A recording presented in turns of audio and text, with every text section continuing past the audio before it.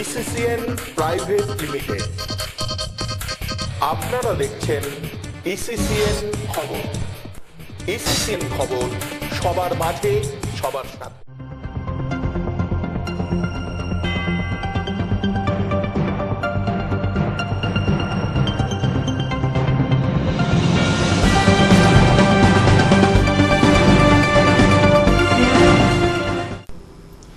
নমস্কার, দেখছেন ইসিসিএন খবর। আপনাদের সঙ্গে আমি গার্গী। শুরুতেই হেডলাইন্স।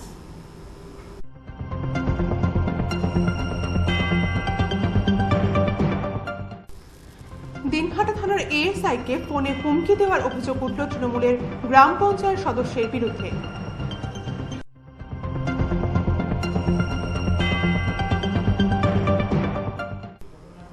কৃষি ঋণ মুকুব সহ একাধিক দাবিতে দিনহাটায় প্রতীকী পথ অবরোধ করল সিপিএম এর কৃষক সংগঠন।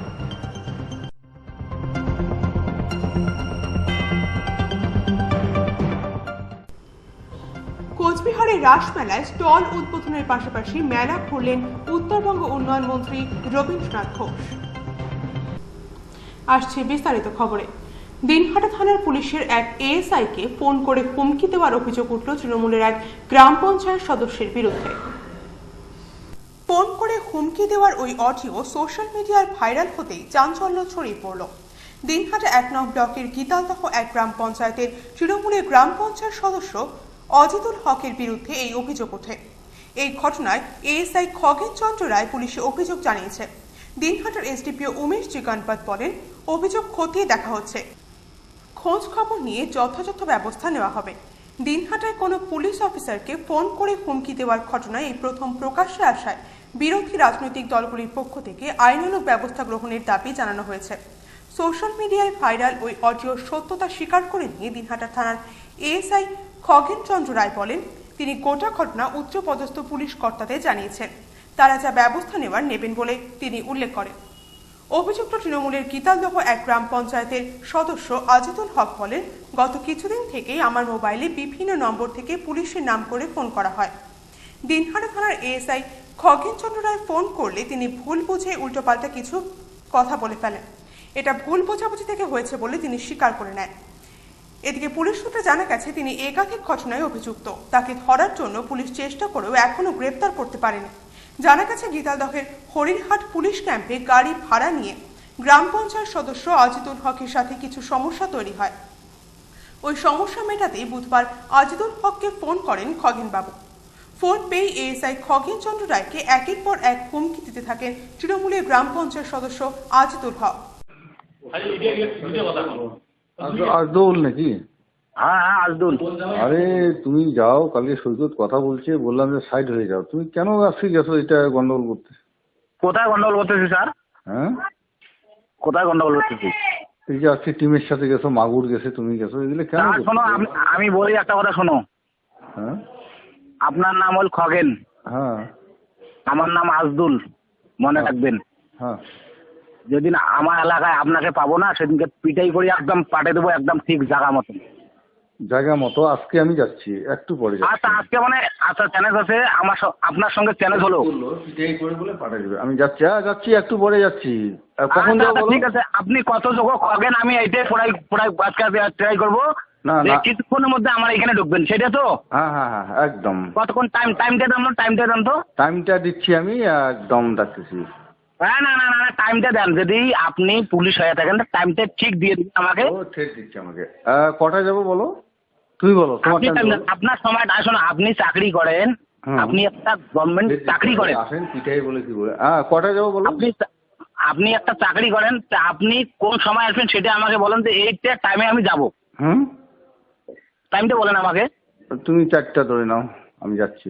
4টে তো? 4টের দিকে যদি না আসেন তাহলে আমি ভাববো যে আপনি কোনো খগেনের না। ভাইজান মুই যেরকম শোনো, তোমরা বেকার চ্যালেঞ্জ না করেন, মুই যেটা কোন মুই চ্যালেঞ্জ করছুম ভাই, খগনের সঙ্গে চ্যালেঞ্জ করছুম। চ্যালেঞ্জ আজকের থেকে চ্যালেঞ্জ।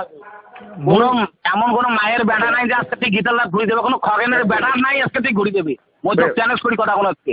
মুই তোমার কি খাস কাল্লা কাটি দিন মোট। ফোনে পুলিশকে হুমকি শাসক দলের পঞ্চায়েত সদস্যের এহেন আচরণে অস্বস্তিতে পড়েছে স্থানীয় তৃণমূল নেতাকর্মীরা। তৃণমূল নেতা বিধায়ক জগদীশ চন্দ্র বর্মা বসুনিয়া বলেন, পুলিশকে ফোন করে প্রাণনাশের হুমকি দেওয়ার ঘটনা ঠিক হয়নি। অভিযুক্ত যেই হোক না কেন তার বিরুদ্ধে আইনানুগ ব্যবস্থা নেওয়া উচিত বলে বিধায়ক উল্লেখ করেন। কি বলার আছে, এগুলো হামেশাই করছে। পুলিশকে আর যেহেতু সোশ্যাল মিডিয়া ইয়েতে চলে আসছে, এটা কি বলবেন, এটা কি ঠিক হয়েছে ঠিক হয়নি? এখন পুলিশকে হুমকি দিতে, পুলিশের এখন যা করণীয় আইনে সেটাই করবে। পুলিশের যা করণীয় সেটা সে যে দলের যেই হোক, তাই তো? আচ্ছা, ঠিক আছে। আর কিছু আছে নাকি এমনি? আচ্ছা, ঠিক আছে। সিসিএন খবর, দিনহাটা। কৃষি ঋণ মুকুব করা, বর্ধিত বিদ্যুৎ বিল প্রত্যাহার, সারের ভয়ঙ্কর মূল্য কমানো ও কালোবাজারি বন্ধ করার দাবি সহ বিভিন্ন দাবিকে সামনে রেখে আন্দোলনে নামল সিপিএম এর কৃষক সংগঠন। সংগঠনের পক্ষ থেকে বৃহস্পতিবার দিনহাটা শহরের 5 মাথার মোড়ে 1 ঘন্টা প্রতীকী পথ অবরোধ করে কর্মী সমর্থকরা। এদিন বেলা 12টা থেকে 1টা পর্যন্ত এই প্রতীকী অবরোধ হয়। এদিন সেখানে পথ অবরোধ চলাকালীন উপস্থিত ছিলেন সিপিএম এর জেলা সম্পাদক মণ্ডলীর সদস্য তারাপদ বর্মন, প্রবীর পাল সহ আরো অনেকে। এদিনের এই অবরোধ চলাকালীন সেখানে বক্তব্য রাখতে গিয়ে উপস্থিত সংগঠন নেতৃত্ব কেন্দ্রের বিজেপি সরকার ও রাজ্য সরকারের তীব্র সমালোচনা করেন। পাশাপাশি নিত্য প্রয়োজনীয় জিনিসের মূল্য বৃদ্ধির প্রতিবাদে সোচ্চার হন সংগঠন নেতৃত্ব। এদিন শহরের ব্যস্ততম 5 মাথার মোড়ে পথ অবরোধ চলাকালীন বন্ধ হয়ে যায় যান চলাচল।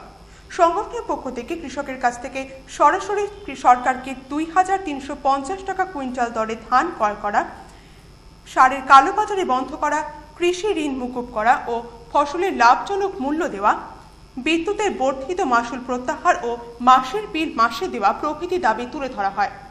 এদিনে এই পথ অবরোধ চলাকালীন সেখানে যাতে কোনো রকম অপ্রীতিকর ঘটনা না ঘটে সেই জন্য দিনহাটা থানা থেকে বিশাল পুলিশ বাহিনী সেখানে মোতায়েন করা হয়।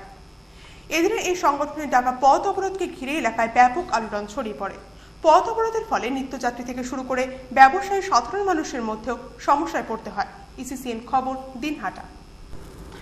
মেলা ঘোরার পাশাপাশি স্টলের উদ্বোধন করলেন উত্তরবঙ্গ উন্নয়ন মন্ত্রী রবীন্দ্রনাথ ঘোষ। কোচবিহারের মদনমোহনের রাসমেলা উপলক্ষে বুধবার সন্ধ্যায় মেলা প্রাঙ্গণ ঘুরে দেখেন মন্ত্রী স্বয়ং। এদিন উত্তরবঙ্গ উন্নয়ন মন্ত্রী রবীন্দ্রনাথ ঘোষ মেলা প্রাঙ্গণ ঘুরে দেখা ছাড়াও এতে স্টলের উদ্বোধনী অনুষ্ঠানে অংশ নেন। সেখানে উপস্থিত ছিলেন জেলা পরিষদের কর্মাধ্যক্ষ সুচিস্মিতা দত্ত শর্মা সহ অনেকেই। এদিন মন্ত্রী মেলা প্রাঙ্গণ ঘুরতে এসে ছোটবেলার সেই দিনগুলোর কথা তুলে ধরেন। উল্লেখ্য, কোচবিহারের মদনমোহনের রাসযাত্রা উপলক্ষে শুরু হয়েছে 15 দিন ব্যাপী রাসমেলা। এদিন রাসমেলায় ঢুকে একাধিক স্টলে গিয়ে নানা রকম জিনিস কিনতে দেখা যায় মন্ত্রীকে। ইসিসিএন খবর, দিনহাটা। এখন বিরতি, ফিরে আসছে বিরতির পর আরো খবর নিয়ে। দেখতে থাকুন ইসিসিএন খবর।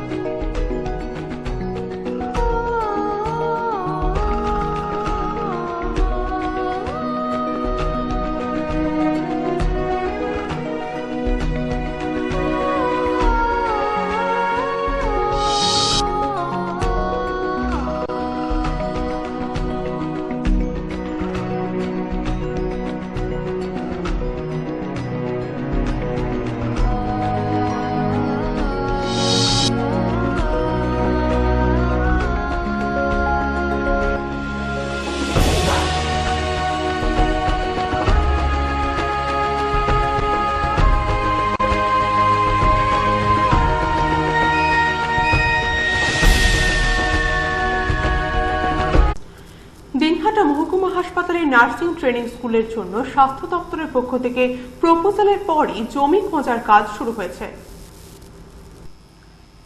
মাস 6 আগে স্বাস্থ্য দপ্তরের তরফে প্রপোজালের পর 2টি স্থানে জমি দেখা হলেও তা না মেলায় জমি জটে আটকে রয়েছে কাজ। দিনহাটা মহকুমা হাসপাতালের পক্ষ থেকে তৃতীয় আরও একটি জমির খোঁজ জেলা স্বাস্থ্য দপ্তরে পাঠানো হয়েছে। প্রস্তাবিত সেই জায়গার কাগজপত্র ডিপার্টমেন্টাল ট্রান্সফারের অনুমোদন চেয়ে জেলা প্রশাসনের কাছে পাঠানো হয়েছে বলে স্বাস্থ্য দপ্তর সূত্রে জানা গেছে। দপ্তর সূত্রে জানা গেছে, জেলা প্রশাসনের কাছ থেকে প্রস্তাবিত জমির অনুমোদন মিললে দিনহাটা মহকুমা হাসপাতালে নার্সিং ট্রেনিং স্কুলের কাজ শুরু হবে। দিনহাটা মহকুমা হাসপাতালের সুপার ডক্টর রণজিৎ মণ্ডল বলেন, দিনহাটা মহকুমায় নার্সিং ট্রেনিং স্কুলের জন্য স্বাস্থ্য দপ্তরের অনুমোদন মিলেছে। প্রথম দুটো জমি দেখা হলেও জায়গা কম থাকায় পরবর্তী আরও একটি জমির প্রপোজাল জেলা স্বাস্থ্য দপ্তরের মাধ্যমে জেলা প্রশাসনের কাছে পাঠানো হয়েছে। জমি ডিপার্টমেন্টাল ট্রান্সফার হলেই স্কুল নির্মাণের ক্ষেত্রে অনেকটাই সহজ হবে। দিনহাটা আমাদের সবারই মানে একটা ভালো খবর, দিনহাটা সাব ডিভিশনে একটা নার্সিং ট্রেনিং স্কুল বর্তমানে জয়েন্ট সেক্রেটারি হেলথের থেকে স্যাংশন হয়ে গেছে। উপযুক্ত একটা জমিও পাওয়া গেছে। সেই জমির ডিপার্টমেন্টাল ট্রান্সফারের জন্য সিএমওইচ সাহেব মাননীয় ডিএম সাহেবকে প্রস্তাব দিয়েছেন। আমরা ওই জমিও আশা করি পেয়ে যাব এবং তাড়াতাড়ির মধ্যে নার্সিং ট্রেনিং স্কুল দিনহাটায় চালু করতে পারব। এটা নার্সিং কাউন্সিল অফ ইন্ডিয়ার প্রস্তাবনায় কমপক্ষে 50টি, কিন্তু আমরা চেষ্টা করব যে 100 সংখ্যক ছাত্রীর এখানে টিচিংয়ের ব্যবস্থা করার জন্য। ইসিসিএন খবর, দিনহাটা। দিনহাটা শহরকে আলোকমালায় সাজিয়ে তুলতে উদ্যোগী হয়েছে দিনহাটা পৌরসভা। সেই মতোই দিনহাটা মদনমোহন বাড়ি থেকে শহরের 5 মাথা মোড় পর্যন্ত রাস্তার মাঝখান দিয়ে রাস্তার দুদিকে মুখ করে পথবাতি লাগানোর কাজ শুরু হলো। এদিন দিনহাটা শহরের মদনমোহন বাড়ি এলাকা থেকে পথবাতি লাগানোর জন্য প্রয়োজনীয় কাজ শুরু হয়। মূলত দিনহাটা শহরকে নতুন করে সাজিয়ে তুলতে দিনহাটা পৌরসভার এই উদ্যোগ বলে জানা গেছে। বেসরকারি একটি সংস্থার সাথে চুক্তিবদ্ধ হয়ে দিনহাটা শহরে এই পথবাতিগুলি লাগানো হবে। দিনহাটা পৌরসভার চেয়ারম্যান বিধায়ক উদয়ন গুহ বলেন, পথবাতির পোস্টগুলিতে সংশ্লিষ্ট সংস্থার বিজ্ঞাপন থাকবে এবং সেই বিজ্ঞাপনের বিদ্যুৎ বিলের খরচ সংশ্লিষ্ট সংস্থাই বহন করবে। আগামী কয়েকদিনের মধ্যে এই কাজ সম্পূর্ণ হবে বলে তিনি জানান। ইসিসিএন খবর, দিনহাটা। ইসিসিএন খবর এখনকার মতো এ পর্যন্তই। দেখতে থাকুন ইসিসিএন খবর, সবার মাঝে সবার সাথে।